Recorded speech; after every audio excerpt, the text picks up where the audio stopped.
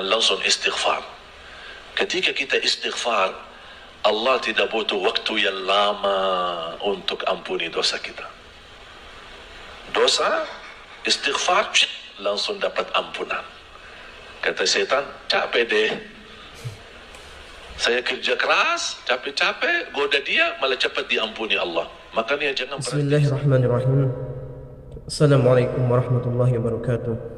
Alhamdulillahirabbil alamin. Allahumma shalli ala sayyidina Muhammad wa ala ali sayyidina Muhammad. Sahabat, teman-teman yang beriman yang insyaallah dirahmati oleh Allah Subhanahu wa taala, pada kesempatan yang sangat mulia ini bersama-sama kita simak, kita dengarkan tausiah yang akan disampaikan oleh guru kita almarhum Syekh Ali Jabir tentang kedahsyatan kita istighfar. Untuk lebih jelasnya bersama-sama kita simak tayangan berikut. Kalau kita perhatikan akhir surah pada Al-Baqarah, la yukallifullah, pertama la lillahi ma fis samawati wa ma fil ard, menjadi mansukh, dinasakh oleh amanar rasulu.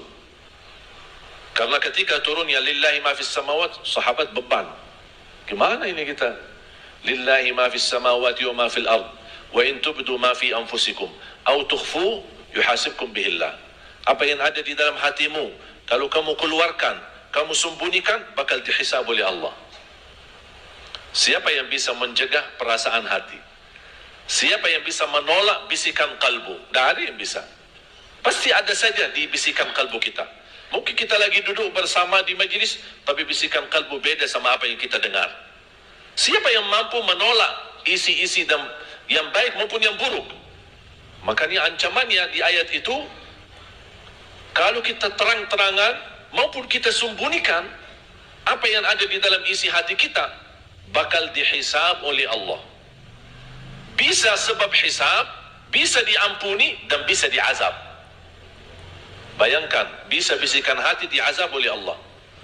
Fayaghfiru liman yasha wa yu'adzibu man yasha. Makanya fantas ayat itu diakhiri wallahu ala kulli syai'in qadir. Artinya qadir apa? Allah menguasai semua isi hati kita. Sahabat datang kepada Rasul, ya Rasulullah, gimana ini? Nampaknya berat. Isi hati kita dihisab. Banyak hal ada dalam hati kita, tapi kita tidak bisa tolak. Termasuk soal cinta. Orang yang punya istri 2, punya istri 3, belum tentu bisa cinta sama. Tidak ada cinta adil. Jangan harap ada seorang suami mencintai adil kepada istri. Tidak bisa. Rasul lebih mencintai Siti Aisyah. Tidak bisa diratakan. Tapi harus berilaku adil. Walaupun kita tidak suka seorang, tapi tetap kita berilaku akhlak yang baik sama dia. Walaupun hati kita tidak suka. Tapi sahabat, ya ini beban berat, gimana ini solusinya? Rasul mengajarkan, sami'na wa ata'na. Ini dari Allah, saya tidak berani tolak. Sami'na wa ata'na. Mereka masih mencari solusi dari Rasul. Rasul hanya menjawab sambil tunduk kepalanya, sami'na wa ata'na. Sami'na wa ata'na. Sami'na wa ata'na. Sampai sahabat melihat Rasul berkali-kali, sahabat ikut.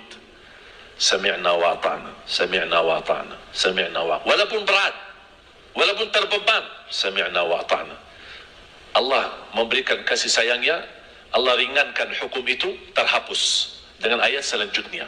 Amanar rasulu bima unzila ilaihi. Rasul dan orang beriman, yang dimaksud di sini orang beriman adalah sahabat Rasulullah. Amanar rasulu bima unzila, apa yang telah diturunkan oleh Allah, lillahi ma fis samawat, Rasul sudah percaya. Sahabat pun percaya. Wal mu'minun kullun, semuanya, kullun amana billahi wa malaikatihi wa kutubihi wa rusulihi la nufarriqu baina ahadin min rusulihi wa qalu, itu ceritanya. Sami'na wa ta'ana ceritanya dari awal. Tapi apa hubungannya? Wa qalu sami'na wa ta'ana. Habis sami'na wa ta'ana apa? Ghufranak. Kenapa ada ghufranak? Apa makna ghufranak? Mohon ampun. Maafkan ya Allah, ampunilah kami. Kenapa? Karena ketika ayat pertama lillahi turun, sahabat merasa beban. Makanya mereka minta maaf, minta ampun, ya Allah, awal langkah ketika turun ayat ini kayaknya berat. Kami belum siap. Sambil dipimpin oleh Rasulullah untuk sami'na wa ata'na, makanya mereka merasa gelisah. Jangan-jangan karena di langkah awal kami tidak langsung terima dan tidak langsung sami'na wa ata'na, jangan-jangan nanti Allah marah sama kita. Makanya ghufranak, ya Allah kami mohon ampun, wa ilaikal masir. Habis itu turun lagi kemuliaan, menghapuskan, mempastikan kehapusan hukum lillahi ma fis samawat, la yukallifullahu nafsan illa wus'aha. Bisikan hati termasuk di luar kemampuan, makanya Allah tidak akan hisab. Laha ma kasabat wa 'alaiha maktasabat. Apa yang kita kerjakan itu yang akan dihisab. Kalau masih di hati belum dikerjakan, tidak dihisab. Laha ma kasabat wa 'alaiha maktasabat. Kemudian apa berdoa? Sekarang mulai berdoa.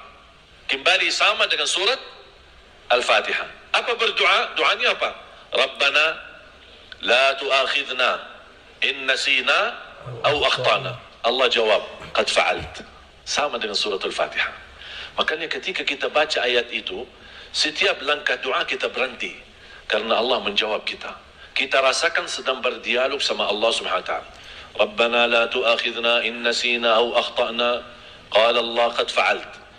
ربنا ولا تحمل علينا إصرا كما حملته على الذين من قبلنا قال الله قد فعلت ربنا ولا تحملنا ما لا طاقة لنا به قال الله قد فعلت واغفر لنا وارحمنا ربنا لا تؤاخذنا ولا تحملنا ما لا طاقة لنا به واعف عنا واغفر لنا وارحمنا أنت مولانا فانصرنا على القوم الكافرين قال الله قد فعلت. Aku ijabah. U'fu anna, ighfir lana, warhamna. Ada 3. Kira-kira ada bedanya enggak? Enggak ada di dalam Al-Quran sembarangan kata. Semuanya punya makna. Semuanya punya inti, punya hikmah. Afu beda sama maghfirah. Lifal afu jauh lebih besar dan tinggi daripada maghfirah. Ampunan, Allah ampuni dosa kita, tapi tidak terhapus dari buku amal. Allah ampuni, kata ampuni berarti Allah tidak hukum kita. Nanti di hari kiamat Allah tunjukkan, ingat gak perilaku kamu di dunia? Tuh, lihat buku amal kamu. Nanti lihat buku amal, ada yang bisa dilihat secara tulisan, ada yang bisa dilihat seperti video, YouTube. Bukan, Allah tunjukkan, ini video kamu kan? Bukan dari sebelah share, enggak, ini video kamu, ini dosa kamu. Lagi zina, Allah tunjukkan kamu lagi zina, kamu lihat sendiri. Tapi salah satu karunia Allah, ketika Allah tunjukkan, Allah menurunkan hijab antara kita sama Allah supaya tidak ada orang lain tahu. Coba bagaimana karunia Allah. Allah tidak mau buka aib kita, tapi mohon maaf kita suka buka aib orang lain. Makanya orang yang berani buka aib orang lain, Allah akan buka aibnya. Jangan berani buka aib orang lain. Ada orang berbuat dosa, pertama kita bersyukur, alhamdulillah kita selamat dari dosa tersebut. Yang kedua kita doakan, semoga Allah ampuni dosanya. Tapi jangan coba-coba buka aibnya. Buka aibnya berarti Allah akan buka aib kita. Apalagi kalau Allah buka aib kita di hadapan miliaran manusia. Jangan umat Nabi Muhammad, tapi seluruh umat. Allah tunjukkan, hati-hati. Habis kita ditunjukkan perbuatan dosa kita, kata Allah, masih ingat?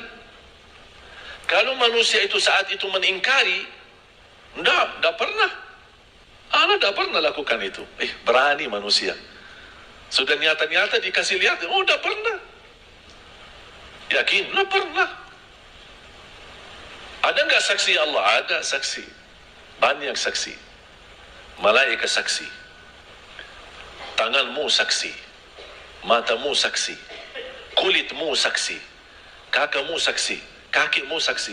Mau lagi? Mau lagi saksi? Atau cukup ini? Allah tutupkan mulutnya, mulai tangannya berbicara, kakinya berbicara, kulitnya berbicara, sampai dia protes. Hei kulitku, dari tadi aku membela kalian, kok kamu berani serang ngomong aku menjelaskan apa yang terjadi? Apa kata kulitnya? Kami diperintahkan oleh Allah untuk membicara kenyataannya. Kami tidak bisa tolak. Bahkan bumi jadi saksi. Posisi tempat maksiat. Yauma idzin tuhadditsu akhbaraha bi anna rabbaka auha laha. Tapi bagi hamba yang iqrar, ketika ditunjukkan dan dia berkata, ya Allah, saya akui. Dan muncul rasa malu. Kata Allah Subhanahu wa taala, di saat kamu melakukan dosa itu, aku tutupi. Tidak ada yang tahu. Salah satu rahmat dari Allah, Allah menutup aib kita. Mohon maaf juga kalau setiap kita berdosa, keluar bau. Dosa lagi, bau lagi. Dosa lagi, tambah bau lagi. Kira-kira berani nggak hadap orang? Pas begitu dilihat, baunya keras ini. Dia orang banyak dosa. Tapi juga subhanallah, Allah masih sayang sama kita. Allah tidak mau buka, karena Allah tahu kita orang lemah, punya kelemahan. Manusia, bukan malaika maksum. Manusia, hari ini dosa, besok taat, dosa lagi, taat, dosa lagi, taat. Allah, itu manusia, wajar. Ketika kita berlaku salah, kita harus ingat Allah dan segera istighfar. Kita terus beristighfar. Kenapa istighfar? Supaya Allah ampuni dosa kita.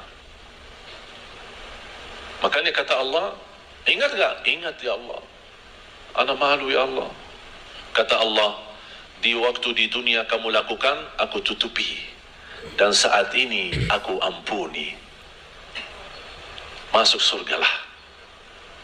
Subhanallah.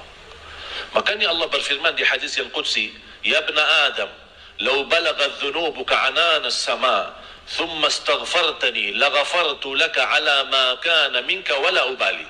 Wahai anak Adam, kalau dosamu sampai ke lapisan langit. Langit jauh tidak? Jauh. Mana ada dosa bisa sampai ke lapisan langit? Tidak ada. Jangan dosa satu orang, terkumpul semua dosa manusia, belum tentu bisa sampai ke lapisan langit. Tapi coba bayangkan, Allah ingin menunjukkan dahsyat ampunannya. Seandainya satu orang di antara kalian dosanya sampai ke lapisan langit, saking banyaknya dan besarnya, tapi dia selalu beristighfar kepadaku, kata Allah, aku ampuni semuanya dan aku tidak peduli berapa banyaknya. Subhanallah. Masya Allah. Makanya syaitan membutuhkan waktu yang cukup lama untuk berhasil habis menggoda kita. Setan kan goda kita terus. Goda, menghiasi maksiat, menghiasi dosa, menjadikan dosa itu enak, menjadikan dosa itu kita tertarik, membuat kemungkaran itu supaya kita mau. Dia segala upaya supaya dia menjadikan dosa di depan mata kita, hawa nafsu kita, ya enak ya, sampai kita ikuti. Tapi prosesnya berapa lama? Tidak 1 hari, tidak 2 hari, bisa 1 minggu, bisa 1 bulan. Begitu dia berhasil menggoda kita dan kita sudah jatuh, habis sekian lama beliau menggoda kita, syaitan menggoda kita, habis lama dia menggoda dan berhasil dia menjatuhkan kita dalam dosa dan maksiat, muncul perasaan di dalam hati. Bahkan ada yang menetiskan air mata habis dosa. Kenapa? Ingat Allah. Dan langsung istighfar. Ketika kita istighfar, Allah tidak butuh waktu yang lama untuk ampuni dosa kita. Dosa, istighfar, langsung dapat ampunan. Kata syaitan, capek deh. Saya kerja keras, capek-capek, goda dia, malah cepat diampuni Allah. Makanya jangan berhenti istighfar. Dan istighfar termasuk salah satu amalan yang menjaminkan rezeki, memberikan kekuatan jasmani, kekuatan rohani, dan memberikan kebahagiaan, kelancaran, bahkan menjaminkan ampunan dan dilindungi oleh Allah dari azab. Buka suratul Anfal ayat 33. وَمَا كَانَ اللَّهُ مُعَذِّبَهُمْ وَأَنْتَ فِيهِمْ وَمَا كَانَ اللَّهُ مُعَذِّبَهُمْ وَهُمْ يَسْتَغْفِرُونَ. Allah menjelaskan, selama Nabi Muhammad masih hidup, tidak akan Allah turunkan azab yang membinasakan umat Nabi Muhammad. Ketika Nabi Muhammad SAW meninggal dunia, masih ayat ini berlaku selama mereka beristighfar, akan dilindungi oleh Allah dari azab yang membinasakan umat. Walaupun berlaku umat zaman sekarang dosa maksiat, kemungkaran, yang ma'ruf jadi mungkar, yang mungkar jadi ma'ruf, yang hak jadi batil, yang batil jadi hak, yang iman, yang amanah dikhianati atau pengkhianat justru yang dipercaya diberikan amanah. Zaman kebalik. Sudah layak dan fantas turun azab Allah, tapi kenapa tidak turun azab Allah? Karena masih ada banyak hamba yang salih yang masih beristighfar.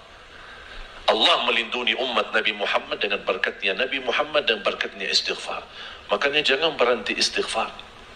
Setiap waktu, setiap saat. Nabi Muhammad saja sallallahu alaihi wasallam setiap hari 100 kali istighfar. Nabi Muhammad dah punya dosa, gimana kira-kira kita? Jangankan habis dosa maksiat istighfar, habis ibadah pun kita istighfar. Habis salat astaghfirullah, habis ibadah astaghfirullah. Kita selalu istighfar. Habis majlis ilmu ada doa istighfar. Subhanakallahumma wa bihamdika asyhadu an la ilaha illa anta astaghfiruka wa atubu ilaik. Kenapa ada doa istighfar? Namanya kafaratul majlis. Ada kesalahan, ada keliruan dalam majlis kita, ada yang salah menyampaikannya atau ada yang salah niat, salah tujuan, dia hadir ada niat maksud lain. Ini semua termasuk dosa dan maksiat atau sebuah kesalahan. Doa dengan penutup majlis itu, Allah ampuni semua dosa yang selama kita ada di majlis tersebut. Alhamdulillahirrahmanirrahim. Sahabat yang beriman, itulah tadi ilmu yang disampaikan oleh guru kita. Mudah-mudahan bermanfaat, mudah-mudahan kita dapat istiqomah untuk istighfar setiap waktunya kita beristighfar. Nabi aja satu hari 100 kali istighfar. Maka dari itu kita sebagai umatnya harus lebih banyak lagi beristighfar kepada Allah Subhanahu wa taala agar semua dosa kita diampuni, baik di dunia maupun di akhirat, kita mendapatkan kebahagiaan di dunia maupun di akhirat. Begitu saja yang sudah saya sampaikan. Bila kurang saya mohon maaf, saya akhiri. Wassalamualaikum warahmatullahi wabarakatuh.